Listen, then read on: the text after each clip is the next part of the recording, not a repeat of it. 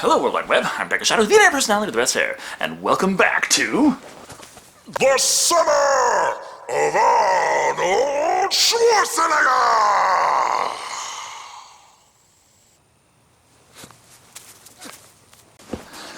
And it's time to cover the man's first major sequel and the film directly responsible for delaying Terminator by 1 year, Conan the Destroyer.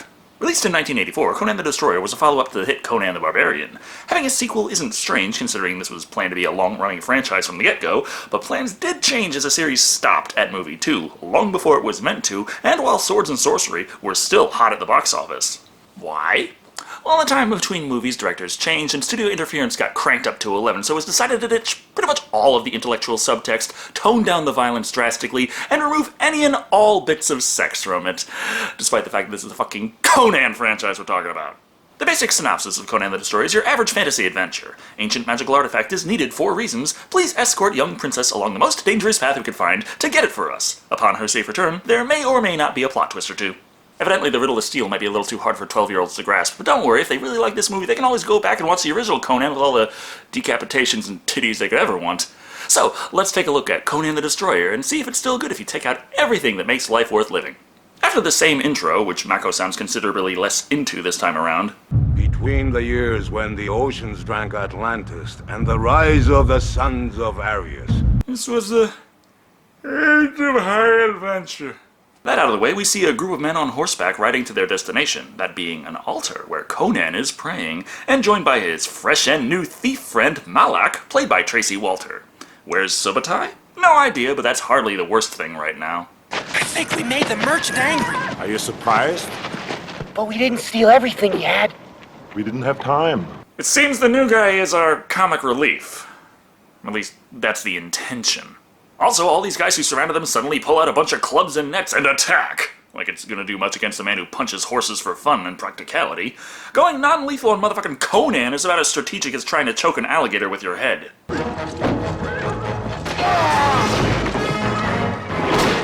Also, try not to approach Arnold aggressively while he's tripping on psychedelics, or that face may be the last thing you ever see.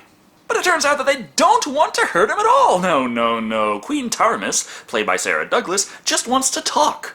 Really makes you wonder why she didn't start off with trying to talk and instead send half her men to be slaughtered for no reason, but I digress. It seems she has a quest for Conan, and being a queen, the question mark floating over her head shows a preview of some damn nice rewards. You have nothing that I want. But they're all fucking bind-on pickup cleric gear. Brilliant. Actually, she does something, and Conan sees what he truly wants. Impossible as it might be. You can bring back the dead? Do as I ask of you, and I will. Well, if that's the case, how about your father? Your mother? Your whole goddamn home village? No? I'm just gonna put the romance back in necromancy. Okay. Now that the pitch is out of the way, Conan and other follow the Queen's request no problem. This is honestly surprising considering how Conan just sort of drifted from place to place in the first movie. The oddities only continue, and now it looks like Conan is something of a folk hero around these parts, and even apologizes to the camel he punched. I'm sorry about what happened the last time.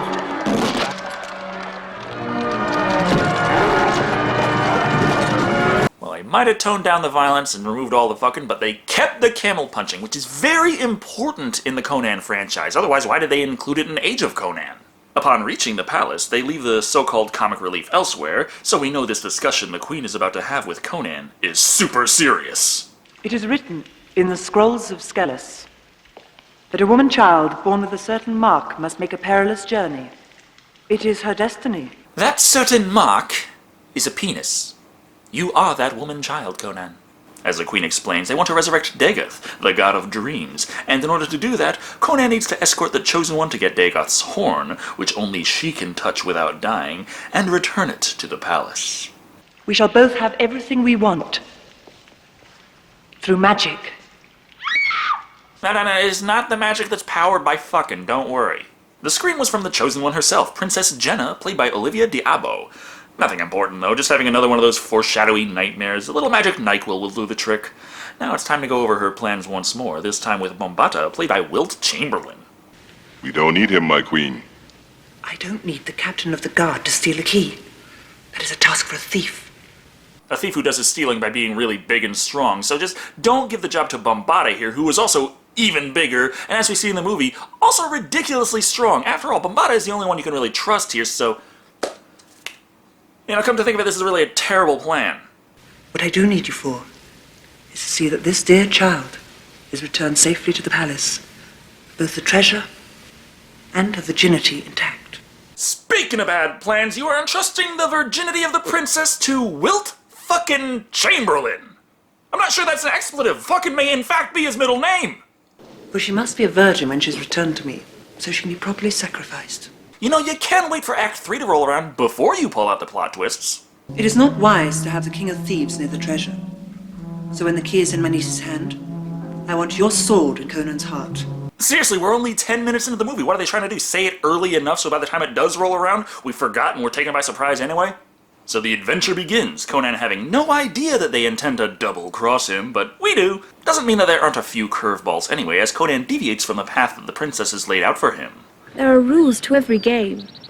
I believe you that there's magic in this game, and I have to be able to fight it with magic. Now stand back, child, and watch a pro. Fuck, where did I put that deck again? Or rather, he was heading off to rescue the wizard from the first movie. How he's in trouble or Conan knew he was here, I have no fucking idea, but he's still played by Mako. Also, he gets a real name this time around, Akiro. Cannibal foes are nothing a few decapitations can't fix, and he joins their adventure easily enough. I need you. I'm yours.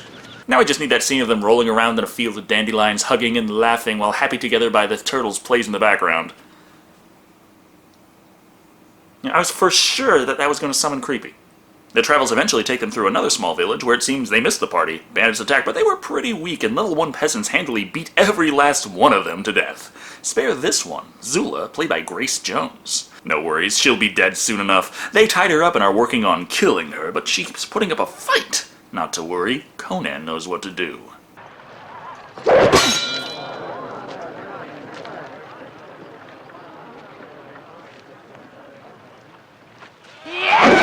But how exactly did they catch her and tie her up in the first place? I mean, now that she's exhausted, she should be much easier to fight.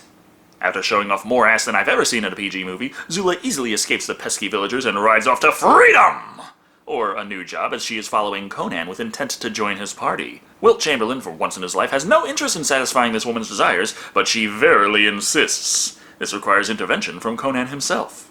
I swear that if Conan will let me ride with him, I will give my life for him. We shall see. And nothing ever comes up where she has to lay down her life for Conan. I mean, they already went over all the twists in Act 1. With Zula in their ranks, the team marches onward towards the castle of Tothaman. It's a grand crystal fortress set upon a lake, which they shall infiltrate. Later. I'm the leader here. Lead in the morning. It will be better. We must rest. My thinking exactly. And Malak's still there. Funny and pertinent as always. However, that night, Tothaman, played by Pat Roach, transforms into a smoke pterodactyl. 'Cause he can do that. And picks the princess up to kidnap her. Interestingly enough, this has had no effect on the group's plans, as Akiro divines that she's been taken to the castle, and to the castle they go. Right into what looks like a dead end, so it's back to asking the wizard to find any secret entrances. Under here is a way in. You mean under the water? You can stay here if you like. Yes, please do. Make camp. Build a cozy little cabin. Fish here for the rest of your life. Just get the fuck out of the movie, please.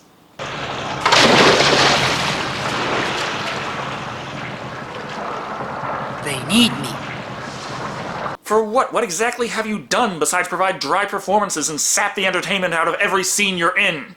Especially considering their first obstacle is a secret door, so the two hulking piles of muscle shove it open. But soon after, they discover the key jewel, and Conan is sealed inside with the rest of the group behind an impenetrable barrier. Okay, maybe the thief can find the mechanism and disable the lock? Wizard it open.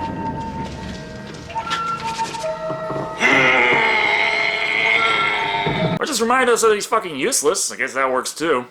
Akiro can't get this door open though, which means it's Conan by his lonesome against an army of Little Red Riding Hoods. Or, as we soon find, just one. And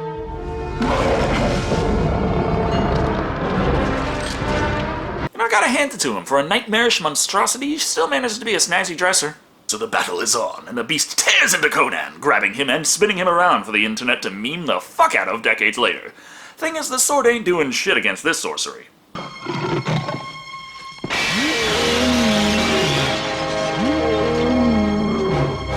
Oh, it's one of the bosses with annoying bullshit you have to do to beat them. Whatever happened to honest, straight-up fights with tough enemies?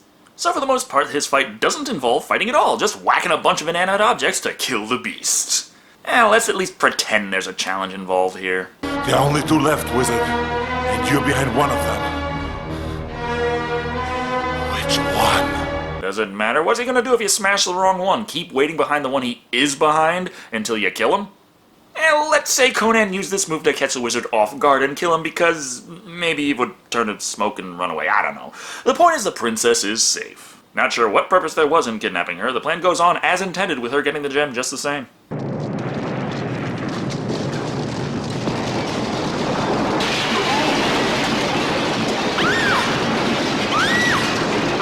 Kind of a delayed reaction, don't you think? I was half tempted to put in the This Is Fine comic here. As expected, though, the collapsing crystal castle is conveniently concave, giving our heroes plenty of time to escape. Now that they have the key in hand, they can retrieve the Horn of Dagoth. You know, as long as no one gets ambushed along the way.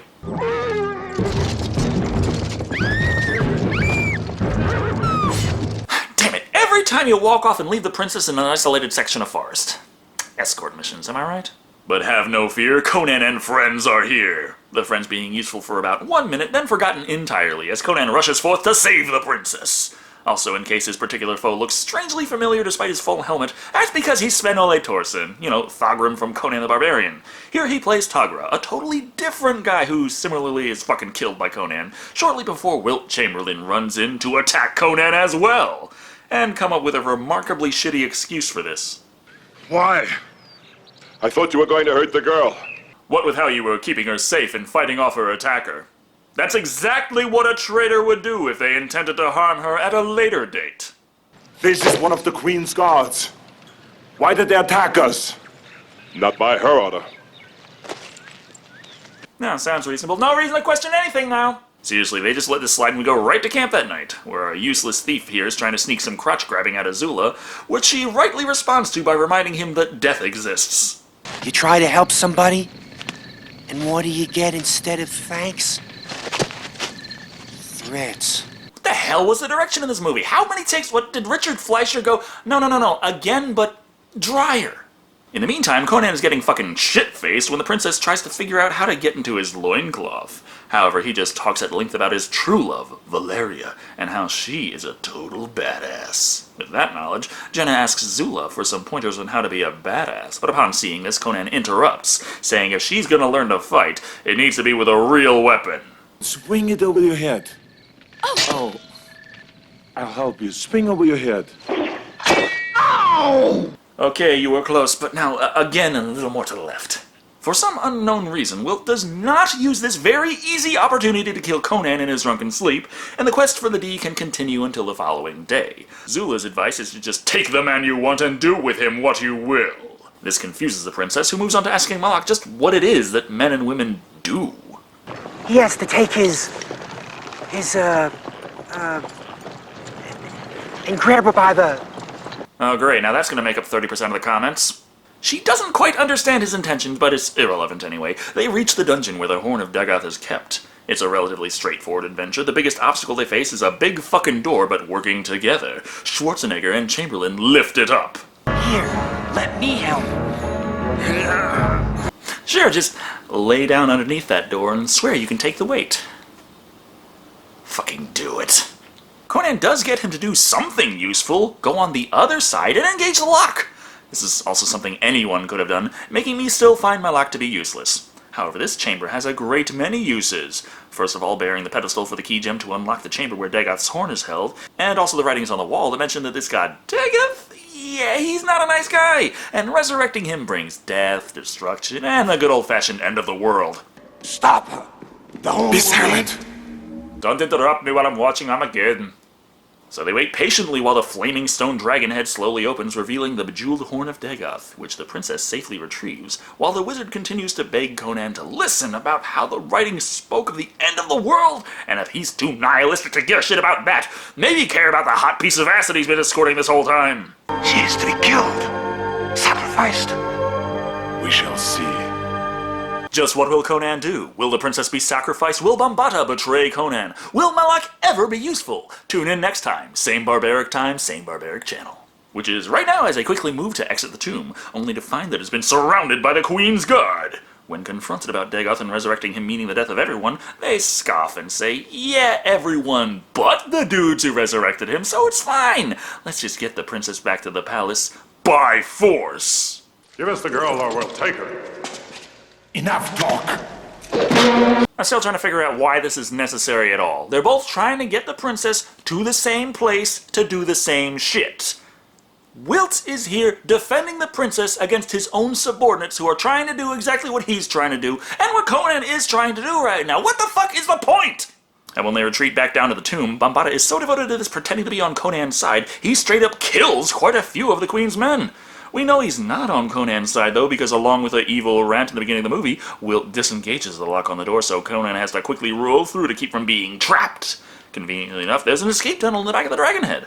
The problem is the Queen's Guard is being led by a wizard who specializes in opening doors and fuck all else. However, Akiro can do far more with his magic.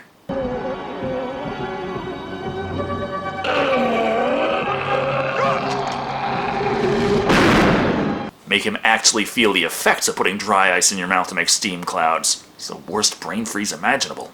However, when it comes to playing both sides, Bambata just can't help but jump back and forth between the sides constantly in a single battle. So on his way out with the princess, he causes a cave-in, trapping Conan and his allies beneath. So it's off to the palace for her to be sacrificed. Changed nothing here, but when Conan and company finally resurface, he realizes the terror that awaits her, and the fact that obviously his reward of necromantic debauchery was but a lie, so they must save the girl, and the world from certain doom. Something Malak wants nothing to do with, so he opts to stay behind. Go! I won't help. We know, you've been dead weight this entire movie. Stay the fuck out.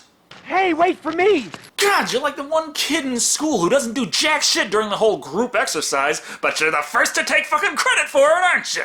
In any case, when the Virgin Princess returns, horny as ever, the heroes figure out that the palace is probably a tad too guarded for a full frontal assault. However, Malak actually has something useful to say for the one and only time all movie. Behind the waterfall, there's an entrance. It used to be an exit. My cousin's sister's brother dug his way out there when he was a prisoner at Shadow's. You don't need a long, unimportant explanation to excuse, hey, maybe check behind the waterfall for a secret entrance. That's about as esoteric of a piece of advice as attack his giant glowing fucking eye. It might be a weak point. The point is they have their way in, secretly going through the back door, while the ceremony continues inside unabated. Wilt Chamberlain is there to keep Conan busy, while the horn is successfully placed upon the statue of Dagoth. Of course, Conan's not the only hero here in this movie. We've still got Zula, who can't stop the resurrection, but can prevent the sacrifice.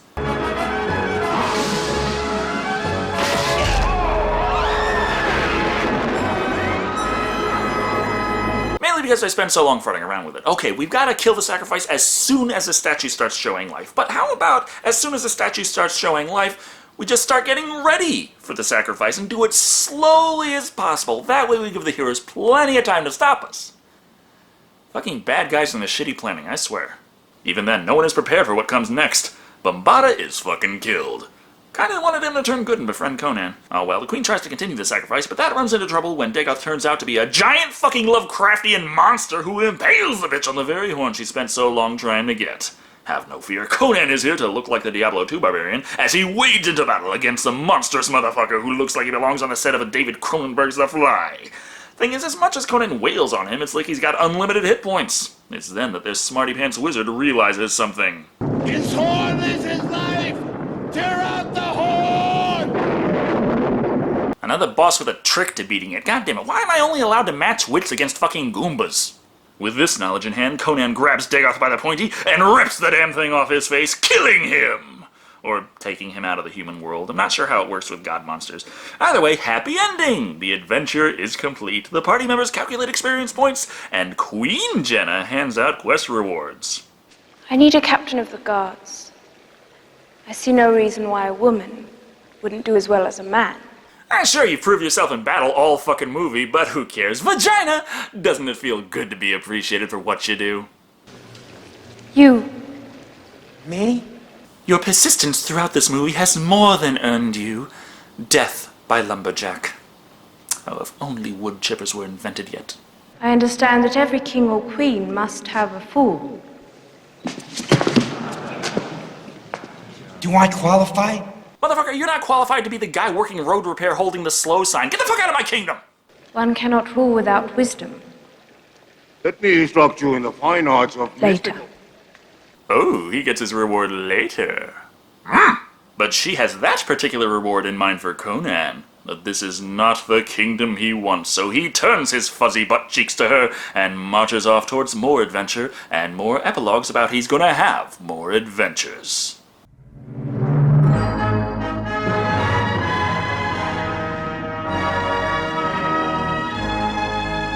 Or not, because this was the last Conan movie. It did well enough at the box office, but Schwarzenegger's like, nope, you guys really fucked up Conan with this one. I'm out. Anyway, that was Conan the Destroyer! And it's fun, but it's not Conan. The first Conan, like the Conan books, was a story about a guy who did whatever the hell he pleased, on occasion following what can be construed as a story arc. There was intellectual subtext as well as extreme violence and plenty of titties to please everyone. This time, though, they just made an adventure movie, don't ask deep questions, don't show much violence, and cut back on the sex entirely. Unless you count the great many shots of Grace Jones' ass. While this can be an entertaining enough movie, it doesn't feel like a Conan flick, despite starring Arnold Schwarzenegger as Conan. I'll give the movie this one, though. The wardrobe this time around defined the image of Conan that followed since. He may not act like Conan, but that sure is one badass look. When it comes to the overall movie, then it's best to just think of it as a movie and not a Conan film. For those purposes, it's an interesting enough adventure over varied landscapes and dungeons. The Queensguard fighting the Queensguard to keep them from getting the princess to the palace so the others can get the princess to the palace is fucking ridiculous, but plenty of movies have similar plot holes. Usually those this extreme follow much worse filmmaking, though. However, there's not enough space in all the review for me to properly bitch and moan about Malak. Oh, holy hell was this character unbearable. His line deliveries were dry from beginning to end, with bottom-of-the-barrel humor at best. Even worse, there's a total of one damn thing of use he does that only he could do. Pretty sure you could have rewritten that to the bandit Zula and cut the man out of the entire damn movie. Overall, Conan the Destroyer was the destroyer of Conan, and it's easy to see why. It's just not Conan. It's a whimsical adventure made to be wholesome family entertainment with dismemberment, but remember this was before PG-13 existed. The movie isn't absolutely hard, but it's likely to disappoint considering if you're watching it, you're probably a fan of Conan, coming in at 3 horny virgin sacrifices out of 5. It is entertaining, when the comic relief isn't ruining it. Thank you all for watching, I've been Decker Shado, and remember, escort missions. Not even once!